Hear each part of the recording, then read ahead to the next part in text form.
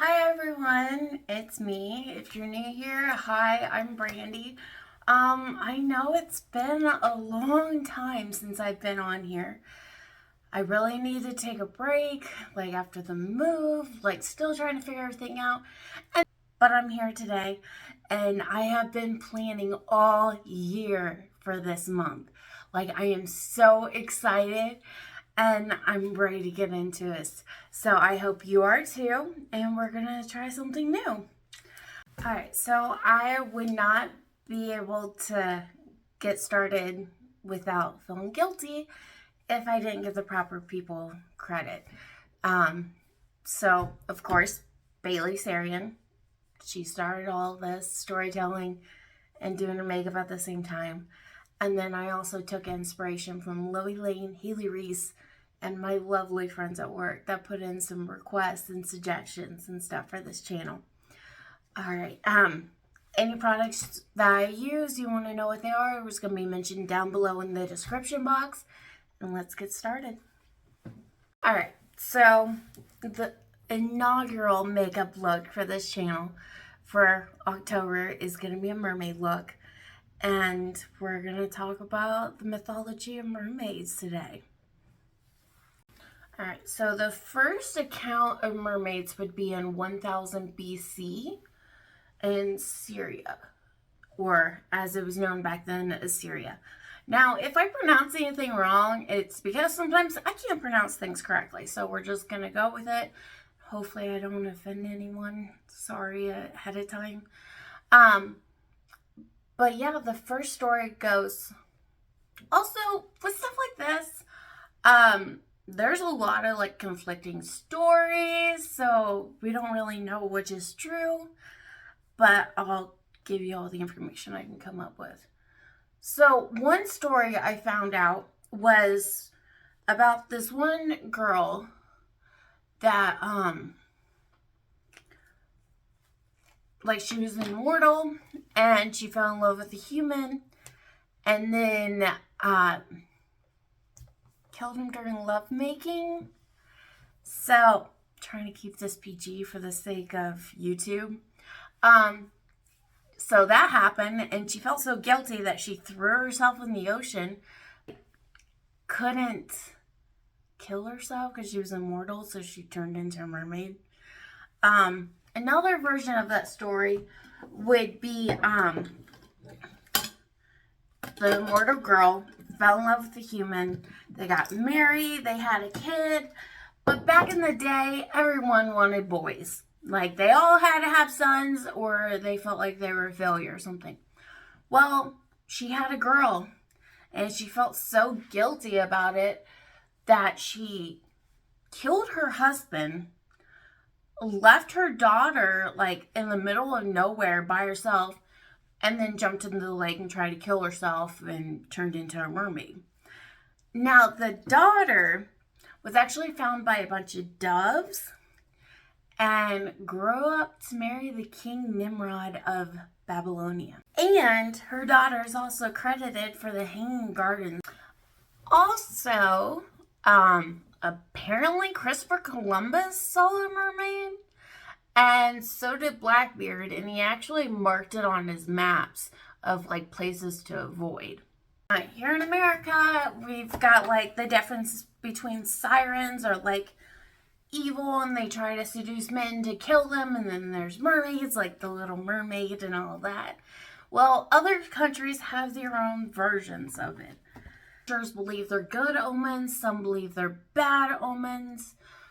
It really just depends. But also the way they see these mermaids, totally different. Like some may have webbed feet, some may have webbed fingers. My mirror's right here, so that's why I keep looking over here. But so like in the Chinese culture, they believe that like mermaids are able to turn their tears into pearls. And then they're also a blessing. And then, of course, the webbed feet and the webbed fingers. And then Japanese cultures say that they're like grotesque creatures that are like, they cause war if their bodies wash up on shore.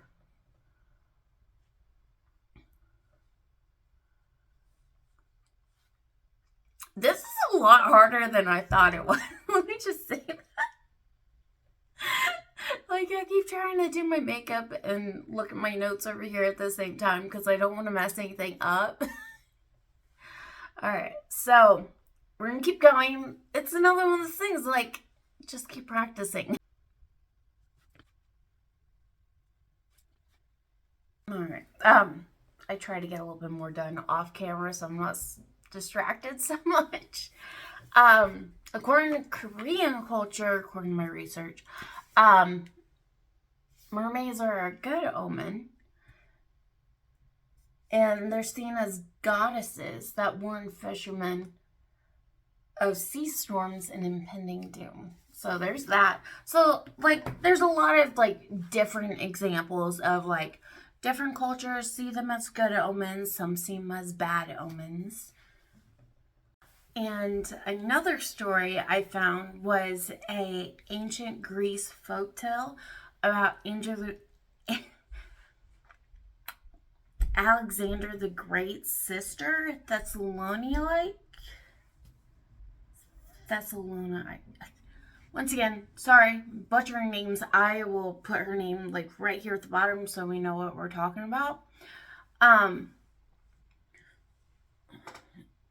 So there's a story that she was turned into a mermaid and lived in the Aegean. Once again, put it right here because I can't pronounce it. And she would, like, whenever sailors would go by, she would stop them and be like, is Alexander the Great still alive? And if they answered, yes, he is, and he's conquering all this land, she would let them live. But if they answered incorrectly, she would get mad and cause a storm and cause the ship to get shipwrecked. And apparently, according to this folktale, this went on until she was known to die in 295 BC. Another story I found was the Greek mythology explanation for sirens. They say that they are women with the lower body and the wings of birds. And then, of course, we know the part where, like, they lure sailors to their death and stuff like that. They lost their wings in a contest with Muses, the goddess of literature, science, and arts. And then, because of that, they threw themselves into the ocean. And they, like, some of them either died or they became mermaids.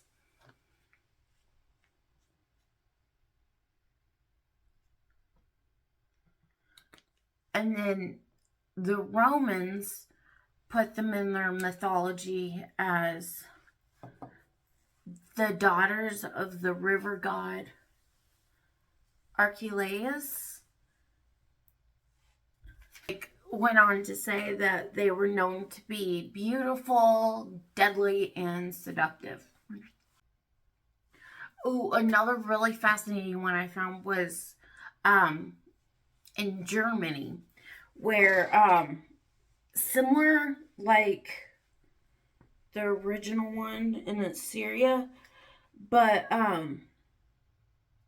theirs is the Sprite, which I always thought like a Sprite was like a fairy and stuff like that, but apparently in Germany, they're born without a soul, so they have to like marry a human man, have a baby, and then they get their soul. And then once they get their soul, they start aging and they're not immortal anymore. Or I've also found versions of it where it's the opposite. They have to marry a human man, have a baby, and then they get their immortal soul. Either way, like, immortality has always been like a very interesting thing in mythology. So to find that in other cultures besides just like Greek and stuff like that, I find it pretty interesting. Another story I found was in mainland Europe, and it's another one of the situations where, of course, she marries the guy and then something crazy happens.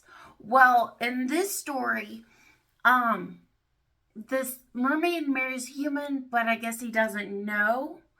So when she would take her weekly bath, the only rule was that he was not allowed to come into the room while she was taking her bath. Well, one day that happened. Like, he came in while she was taking her bath and found out. Well, then she left him with a message saying that, like, basically, I'm leaving, but you can't cheat on me. You can't move on anyone else, or I'll unalive you. Well, he did. He found someone else. He married someone else. She found out and followed through with her promise. And that was the story of Undyne. And it's also been said that was the basis for the story of the Little Mermaid too. Which you remember in the normal tale, in the movies, like she sees this guy, saves him, wants to go on the land, so she asks Ursula to give her legs in exchange for her voice, and then all that went down. But in the original story, he ends up marrying someone else, and the Little Mermaid dissolves into sea foam. So, not everything happens according to the story. I know this looks a little weird, but I don't have the fishnet tights, so I'm going in and contouring with different shades of purple and blue. So.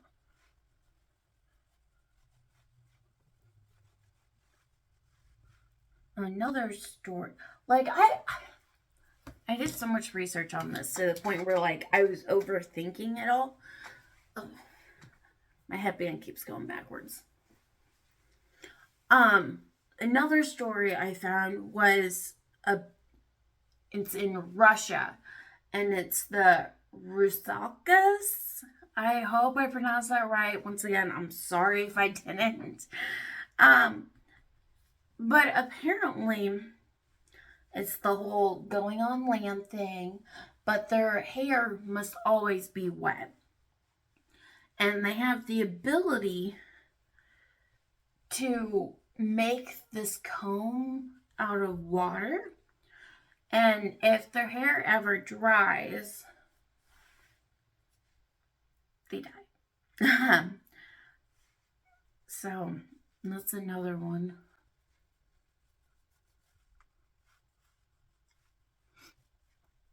This looks a lot cooler in the mirror. So, like, I'm going to keep working on this. So, give me a second to try to catch up.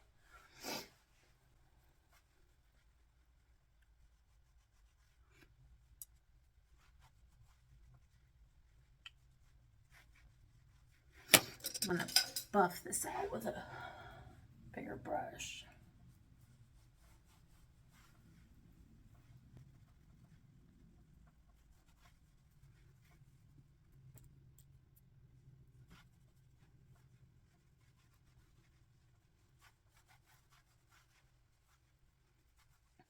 This is another one of those things where it's like, trust the process. I promise it's going to look better.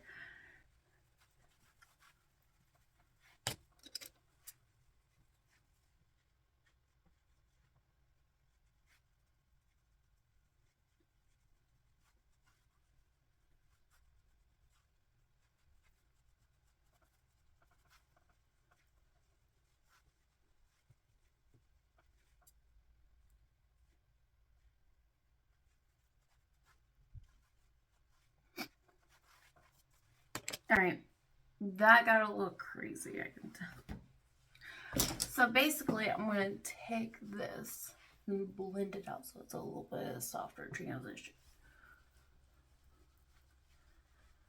one of those things, like, work with what you got.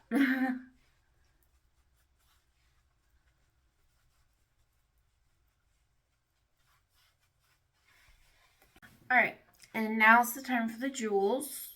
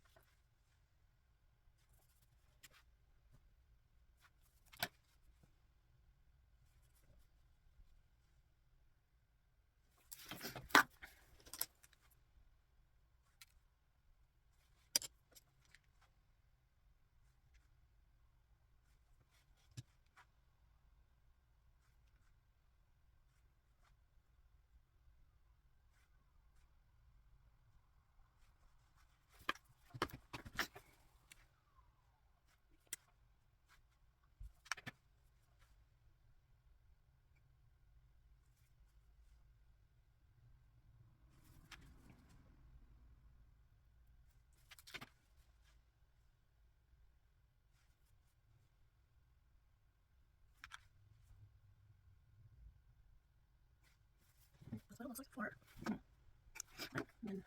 Or I can keep doing without highlighters.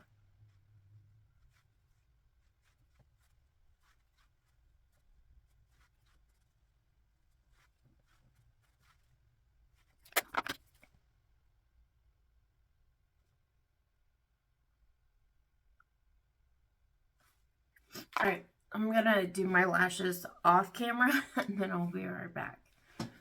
Alright, I'm back. Now we're gonna go in with a purple glittery lip to complete the look.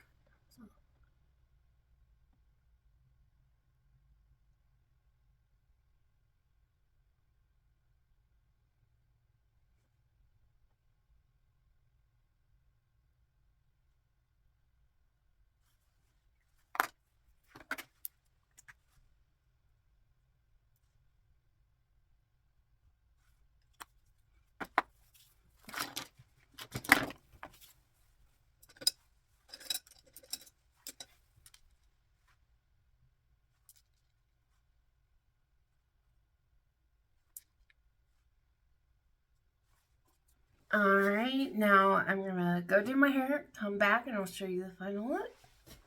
Alright, so this is the final look. I threw in some hair that I got in the Halloween section of Walmart and decided to try something new.